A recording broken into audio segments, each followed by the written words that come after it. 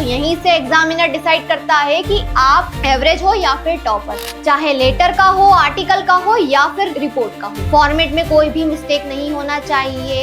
Examiner NCERT की language prefer करता है। एग्जाम के दिन जो आता है उसे कॉन्फिडेंस के साथ लिखो ताकि एग्जामिनर को पढ़ते ही अच्छा इंप्रेशन मिले। तो ओवरऑल पेपर का कंक्लूजन ये आता है बच्चों कि हम लोगों को क्या करना है।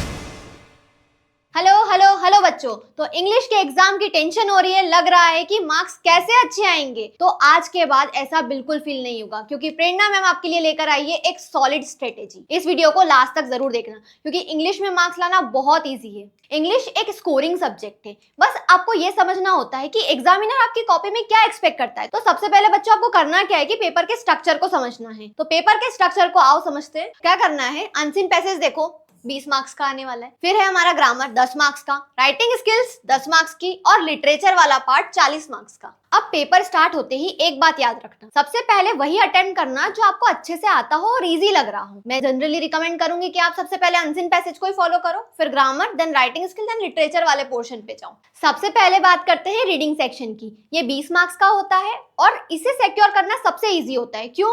क्योंकि इसके आंसर कहीं बाहर से नहीं आता, सब कुछ पैसेज के अंदर ही मिल जाता है। पैसेज को पहले शांति से 2 बार पढ़ो, उसके बाद पैसेज के ही वर्ड्स में आंसर को लिखो। इंपॉर्टेंट कीवर्ड्स को बहुत अच्छे से अंडरलाइन कर दो। इस सेक्शन में मैक्सिमम आपको 20 मिनट लगेंगे, लेकिन आप इसमें ऑलमोस्ट सिक्योर कर लोगे 20 मार्क्स को आराम से। उसके बाद आता है हमारा ग्रामर वाला सेक्शन। तो बच्चों, ग्रामर एक एक्यूरेसी का गेम है। यहाँ सबसे ज्यादा जरूरी है क्लियरिटी होना। एक रूल हमेशा याद रखना, अगर टेंस या सेंटेंस स्ट्रक्चर में डाउट हो तो सेंटेंस को कॉम्प्लिकेटेड मत बनाओ, सिंपल और करेक्ट रखो। ग्रामर को 10 से 15 मिनट में सॉल्व करने की कोशिश करो। अब चलते हैं आगे राइटिंग सेक्शन की तरफ। तो यहीं से एग्जामिनर डिसाइड करता है कि आप एवरेज हो या फिर टॉपर। सबसे पहली और इंपॉर्टेंट चीज, फॉर्मेट इंपॉर्टेंट है। फॉर्मेट एकदम करेक्ट होना ही चाहिए, चाहे लेटर का हो, आर्टिकल का हो या फिर रिपोर्ट का हो। फॉर्मेट में कोई भी मिस्टेक नहीं होना चाहिए। कंटेंट थोड़ा बहुत ऊपर नीचे हो सकता है, लेकिन फॉर्मेट 100% एक्यूरेट होना चाहिए। साथ ही वर्ड लिमिट्स का ध्यान रखना है। पैराग्राफ के बीच में प्रॉपर स्पेसिंग रखनी है।